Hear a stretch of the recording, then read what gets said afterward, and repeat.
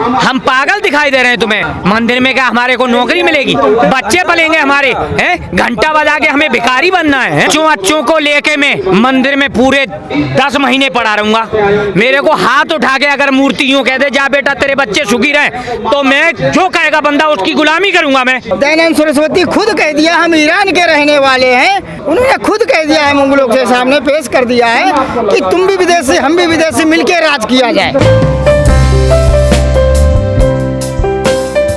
इनको ये दिक्कत है कि दलितों को और आदिवासियों को इनको पीटने का काम करते हैं ये लोग, तो संविधान इनको गिरफ्तार करता है, इसलिए इनको दिक्कत है। इनको हमसे गुलामी चाहिए। हम गुलामी करते नहीं, क्योंकि हमारे संविधान में लिखा हुआ है हम गुलामी करेंगे नहीं। आप अपने अधिकारों को जान रहे हैं? हम अपने अधिकारों को जान रहे हैं। और आप कह रहे थे कि इनके धर्मों से, ऐसे धर्मों को भैया जो लेडीज लड़कियां नहा रही हैं तालाब में, जो इनका देवी देवता है वो पेड़ पे चढ़ के कपड़े चुरा रहा है कृष्ण, तो ऐसे को उसकी जनता क्या करेगी?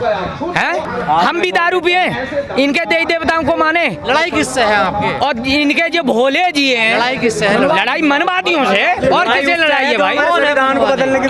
ये जो सरकार चला रहे हो ब्राह्मणवादी मनवादी, और कौन है बताइए? मोदी जी तो पिछड़े हैं। मोदी पिछड़े? आरएसएस के है ना? वो आरएसएस के तो हैं, पिछड़े तो क्या हुआ? आरएसएस के तो हैं भाई। तो बहुजन ना देखिए। कौन बहुजन है? ये इस पे बोलने से भोजन नहीं होता, दिल से भोजन होता है। माइक पे बोलने से भोजन नहीं है। ये मूर्ति है, बाबा साहब की मूर्ति जोड़ने के लिए, वोट लेने के लिए। अरे तो वोट तो आप बीजेपी को देते हो। कौन वोट देंगे? वो तो ये ईवीएम मशीन जो बोलते हैं, क्या बोलते हैं, ईवीएम मशीन है ना, वो दे रही है वोट, हम थोड़ी दे रहे हैं। और ब्लैड पेपर से वोट डलवा दो, कल ही पता लग जाएगी कौन वोट दे रहा है कौन नहीं वोट दे रहा है। 0 नंबर आएगा, 0 नंबर। यहाँ से ना थैला उठा के विदेश ही भागना पड़ेगा उसे। 300 सीट आ रही है मोदी। 300 सीट ईवीएम मशीन में। देखो मोबाइल, एक मिनट भैया, जो एक बार वीडियो देखी थी मैंने, जो बार किसको दोगे वोट? 1 मिनट सुन लो। हिंदुस्तान का जो डॉलर एक जो हैंकर होता है जो बैठ के चुरा ले, तो ये वोट नहीं चुन सकता? बताइए, एक हैंकर आदमी ने बैठे बैठे घर में बैठे बैठे जिन कितना करोड़ वो चुरा लिया डॉलर, तो बताइए वोट नहीं चुरा, हैक कर लिया, वोट नहीं चुन सकता। और जो एक क्या कहते हैं वहाँ विदेश में जो एक मोमडन है डिसूजा नाम का, वो पूरी डिटेल बताता है। आपको गुमराह किया जा रहा है। गुमराह किया जाए? हम पागल दिखाई दे रहे हैं तुम्हें? हैं? हम इतने बड़े बुड़बक तो है नहीं। अब पहले थे जो बना दिया कि लाओ भैंस डोर को चुंगाओ। अब तो बहुत बड़ी माइंड है, बहुत बड़े हमारे अच्छे अधिकारी भी हैं और पढ़ाई लिखाई भी बहुत इनसे ज्यादा है। अगर जांच की जाए तो इनसे ज्यादा पढ़े लिखे हैं हमारे हिंदुस्तान में।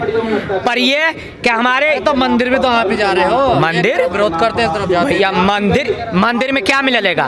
मंदिर में क्या हमारे को नौकरी मिलेगी? बच्चे पलेंगे हमारे हैं? घंटा बजा के हमें भिखारी बनना है? मंदिर में हम जाके घंटा बजा के भिखारी बनना है? नौकरी मिली? बाबा साहब का कहना है सुबह के लिए 2 घंटियां बजती हैं, एक स्कूल की एक मंदिर की। मंदिर की तरफ जाओगे तो क्या बनोगे? भिखारी बनना है मंदिर की तरफ जाओगे। साहब के मानते हो? क्यों नहीं मानते बताइए? नहीं मानते तो हम इस धूप में क्या कहते हैं, काम छोड़ के आए, मजदूर बरक के आदमी, बेलदार आदमी, यहाँ काम छोड़ के आए तो हम ऐसे ही आए? बताइए। मंदिर जाना छोड़ दिया? अरे क्यों? मंदिर में रखा क्या है मुझे ये बताओ, रखा क्या है मंदिर में? सारे काम सुनो पूरे हुए। अरे भाई सुनो, मैं पूरे बच्चे, अरे 1 मिनट, बच्चों को लेके मैं मंदिर में पूरे 10 महीने पढ़ा रहूंगा। मेरे को हाथ उठा के अगर मूर्ति यूं कह दे जा बेटा तेरे बच्चे सुखी रहे, तो मैं जो कहेगा बंदा उसकी गुलामी करूंगा मैं। और किसी बुजुर्ग के लिए खाना खिला दो वो तुरंत ही देगा। किताब में खुद लिखा है, गुजरात के रहने वाले थे, उन्होंने कहा है कि हिंदू धर्म अपने आप को नहीं मानना, ये मुगलों की दी हुई गाली है। मुगलों की दी हुई गाली जब जजिया कर लगाया इन संतों को समझ में नहीं आता, ये जो बाबा हैं कथावाचक जो हैं, ये वहाँ तक पहुँचते नहीं है। ये हम तो यही, जबकि इनका खुद का एक आदमी दयानंद सरस्वती कहता है भारत के वासी जो है ये एक इंसानियत भारतीय है, पर हम लोग जब जजिया कर लगाया गया था तो इन्होंने जजिया कर देने से मना कर दिया। जजिया कर देने से मना किया तो इन्होंने कहा क्यों तुम मना कर रहे हो? तो ब्राह्मणों ने बोला कि जजिया कर हम क्यों दे, जजिया कर लो इन भारतवासियों से। तो उन्होंने कहा हम इनसे क्यों ले भाई, हम तो इन्हीं के देश में रह रहे हैं। तो उन्होंने कहा देखो हम नहीं देंगे जजिया कर। देखो जजिया कर क्यों नहीं देंगे? क्योंकि तुम भी पहले आए हो, हम भी आए हैं विदेश से। फर्क इतना है कि हम पहले आए हैं, आप बाद में आए हो, फर्क इतना है। ये बाहर के हैं सब। इसमें दोनों लोग मिल के मलाई खाया जाए, इसीलिए इन्होंने मुसलमान भाई को अपना बड़ा भाई माना। हमको तुमको हिंदू मुस्लिम करके लड़ाते हैं, जबकि मुसलमान कोई बाहर से नहीं आया। अच्छा ये बताइए, इतिहास गवाह है। मोदी सरकार से क्या दिक्कत है? हमें दिक्कत ये है कि मोदी सरकार अब संविधान को क्यों खतरे में डाले, क्यों बदल रहे हैं, उनको इनसे आपत्ति क्या है? मोदी जी कहाँ बदल रहे हैं? मोदी जी ने प्रस्तावना को बदल दिया, धर्मनिरपेक्ष बदल दिया। यानी किसी भी धर्म को अपने अपने मन के व्यवसाय को मान सकता है, अपने धर्म को किसी में जा सकता है। कोई हिंदू बन जाए चाहे मुसलमान बन जाए, अपने धर्म को मान सकता है। अनुच्छेद 19 खुद बोलता है कि अपने जो है मूल वचन बोल सकते हो। तो उसमें इनकी आपत्ति है कि जो हम पहले इनके गुलाम थे। अगर संविधान खतरे में है, जो संविधान की वजह से सांसद जीत के गए हैं संसद में, और खासकर जो बीजेपी में है, तो वो क्यों नहीं आवाज उठा रहे हैं? नहीं वो तो मूर्ख है। सुनो, हमारा कहने का मतलब ये है कि भारतीय जो संविधान है, बाबा साहब ने अपने 3-3, 4-4 बच्चे कुर्बान कर दिए संविधान को। पूरी जिंदगी की मेहनत है बाबा साहब को, पूरी जिंदगी की मेहनत है। तो हमें इतना दुख होगा, उन्होंने हमारे सबके अपना बच्चा समझा, उन्होंने अपनी जिंदगी कुर्बान कर दी, बच्चे कुर्बान कर दिए। तो उनके पूरी जिंदगी की मेहनत खत्म करेंगे तो हमें दुख तो होगा, है ना?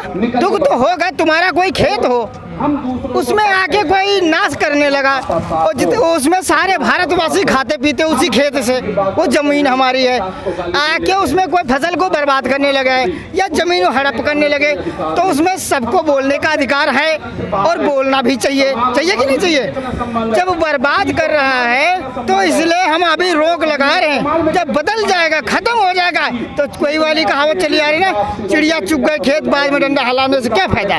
तो अभी हमारे पास थोड़ा सा मौका है, इन्होंने बदलना शुरू किया है, तो अभी हम कुछ ना कुछ रोक सकते हैं। मोदी साहब को जो है, इनको आपत्ति क्या है, जबकि खुद ओबीसी है और ये तो भारत के रहने वाले नहीं है। दयानंद सरस्वती खुद कह दिया हम ईरान के रहने वाले हैं। उन्होंने खुद कह दिया है, मुगलों के सामने पेश कर दिया है कि तुम भी विदेशी हम भी विदेशी मिलकर राज किया जाए। जी, क्यों जरूरत पड़ रही है संविधान बचाओ आंदोलन? मैं किसी का विरोध नहीं करना चाहता हूं। मैं खासकर अपने बहुजन समाज के उन नेताओं से कहना चाहता हूं कि जो ज़मीनी स्तर पे कार्य कर रहे हैं, और अन्य पार्टी जो हमारी बहुजन समाज पार्टी हैं और आज़ाद समाज पार्टी हैं और समाजवादी पार्टी है, तमाम हमारे बहुजन समाज में पार्टियां बनी हुई हैं। हम अपनी उन पार्टियों से कहना चाहते हैं, ये जो संविधान है, जो भीमराव को मानते हैं, डॉक्टर भीमराव को मानते हैं और उनके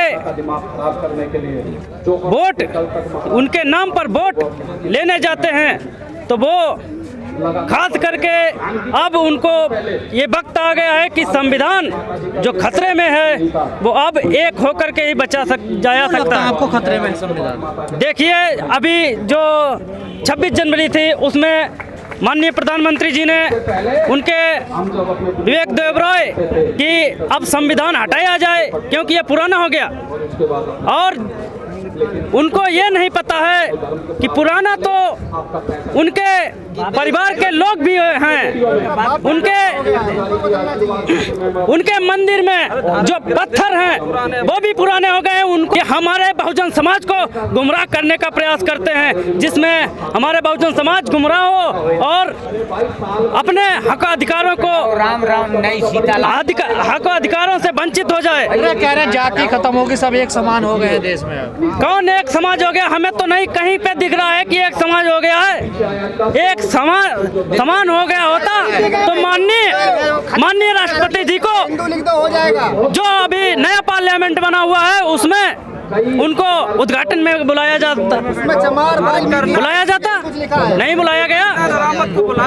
हमें नहीं लग रहा है कहाँ है। मुकेश नाम है, मुकेश। कहाँ से आए हैं आप? मैं सोनीपत से आया हूँ, गांव अटेरना है जी, जिला सोनीपत। हाँ जी, आप आए संविधान बचाओ आंदोलन। मैं संविधान बचाने के लिए मैं अपनी जान हथेली पे लेके आया हूँ जी। ठीक है, हम संविधान को बचाएंगे। मेरे गांव में सबसे ज़्यादा भ्रष्टाचार हो रहा है जी, एक इसको बारे में दिखाना है, क्योंकि जो भी इतनी पंचायती ज़मीन है गांव के अंदर, एक हमारे गांव का जितने भी पूर्व प्रधान है उन्होंने कब्जा कर रखा है जी। और मैंने जो हमारी चमारों की ज़मीन थी, मैंने धर्म ने, हम दोनों भाइयों ने छुड़वा के, जो हमारे साथ 8-10 परिवार जुड़े थे, हमने उनको दे दिया। हम उसमें चाहते हैं बाबा साहब के नाम का कोई क्या नाम पार्क बनवाए या रविदास जी का मंदिर बनवाए, हम लेकिन आपस में नहीं बांटेंगे। और मतलब बाबा साहब के बारे में कुछ ऐसा पंचशील भगवान बुद्ध का मंदिर बनवाना चाहते हैं जी। हमारे गांव में जो इतनी पंचायती ज़मीन है, हद से ज़्यादा पंचायती ज़मीन है, जो पूरा प्रधान है जिसको पद्म श्री अवार्ड मिला है, वो सबसे ज़्यादा करप्ट है। इसका कोई भी वो नहीं दिखाते आज।